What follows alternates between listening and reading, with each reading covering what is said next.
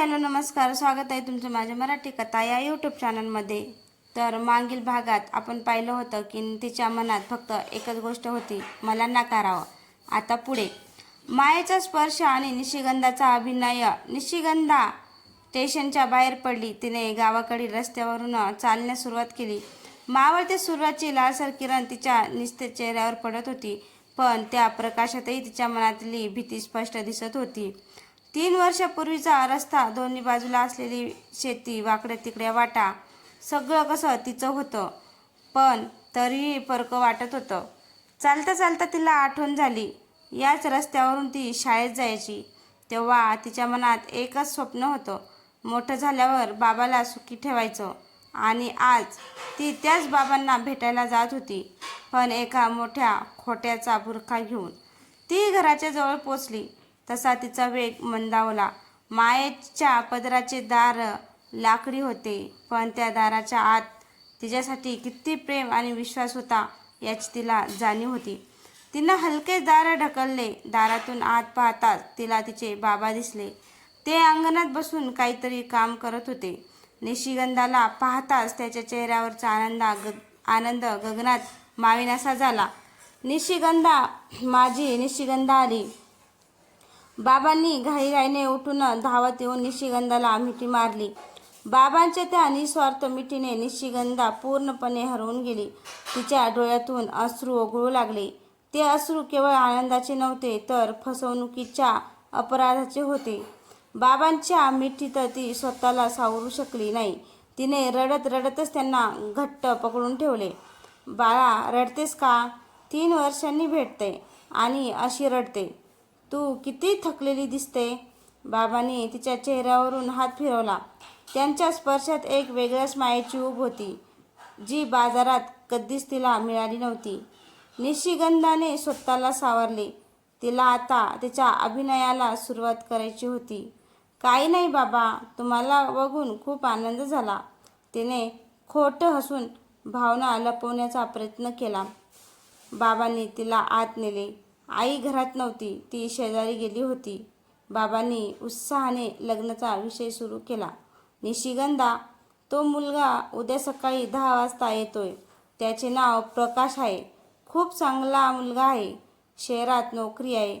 मला खूप आनंद झाला आहे. बाबांच्या डोळ्यात स्वप्न चमकत होते. निशिगंधाला माहीत होतं, हे स्वप्न तिला तोडावं लागणार आहे. तिने शांतपणे बाबाकडे पाहिले. बाबा, ती म्हणाली, मी लग्न करायला तयार नाही. बाबाच्या चेहऱ्यावरचा आनंद क्षणार्धात मावळला. काय बोलते तू? गेली 3 वर्ष तू शहरात कशासाठी होतीस? आता एवढा चांगला मुलगा मिळत असताना नाही कशाला म्हणते? मला थोडा जास्त वेळ हवा आहे बाबा, निशिगंधा म्हणाली. मी अजून कामातून आले आहे. मला लगेच लग्न नाही करायचं. मला काही अपेक्षा आहेत. तिला माहीत होतं, आता तिला बाजारातील निशीची काही लक्षणे दाखवावी लागतील. मी प्रकाशला भेटेन, निशिगंधा म्हणाली. पण मी साधे जीवन जगू शकत नाही. मला शहरात राहायचं आहे. मला नेहमी चांगले आणि महागडे कपडे हवे आहेत. मला जास्त पैसे कमावणारा नवरा हवा आहे, जो माझ्या सगळ्या गरजा पूर्ण करू शकेल. तिचं हे बोलणं तिच्या खऱ्या स्वभावाच्या पूर्णपणे विरुद्ध होतं. बाबा तिच्याकडे पाहत राहिले. त्यांच्या मुलीच्या बोलण्यात त्यांना एक अनोळखी रुबाब दिसत होता. निशिगंधाचा नकार मिळवण्याचा प्रवास सुरू झाला होता. तिला माहीत होतं, या भूमिकेमुळे बाबांना दुःख होईल, पण भविष्यात होणाऱ्या मोठ्या नुकसानीपेक्षा हे दुःख कमी असेल. मी उद्या त्यांच्याशी बोलते, निशिगंधा ठामपणे म्हणाली. निशिगंधा आणि तिचे बाबा यांच्यात लग्नाच्या विषयावरून बोलून चालून असतानाच अंगणाच्या दारात तिची आई उभी राहिली. आई शेजारच्या देवघरातून परतली होती आणि तिच्या हातात पूजेचं ताट होतं. तिने निशिगंधाला पाहिलं आणि तिच्या चेहऱ्यावरचा भाव एका क्षणात बदलला. तो आनंद, प्रेम आणि 3 वर्षाचा विरहाच्या वेदनेचा मिलाप होता. तो आनंद, प्रेम आणि 3 वर्षाच्या विरहाच्या वेदनेचा मिलाप होता. आईच्या हातातून ताट खाली पडलं. निशिगंधा.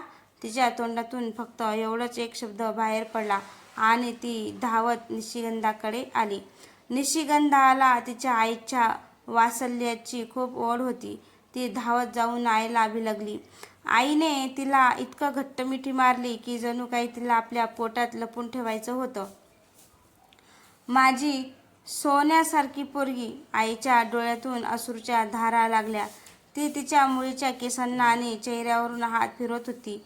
मी रोज देवाला प्रार्थना करत होते की एकदा तरी माझी पोरगी घरी यावी. निशिगंधाही रडू लागली. तिचं रडणं आता खोटं नव्हतं.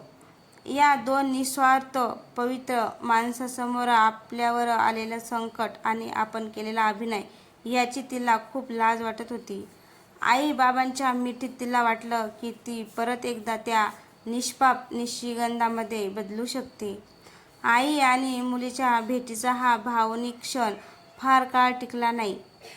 आईच्या रडण्याचा आणि आनंद व्यक्त करण्याचा आवाज ऐकून शेजारच्या घरातून काही महिला दारातून डोकावू लागल्या.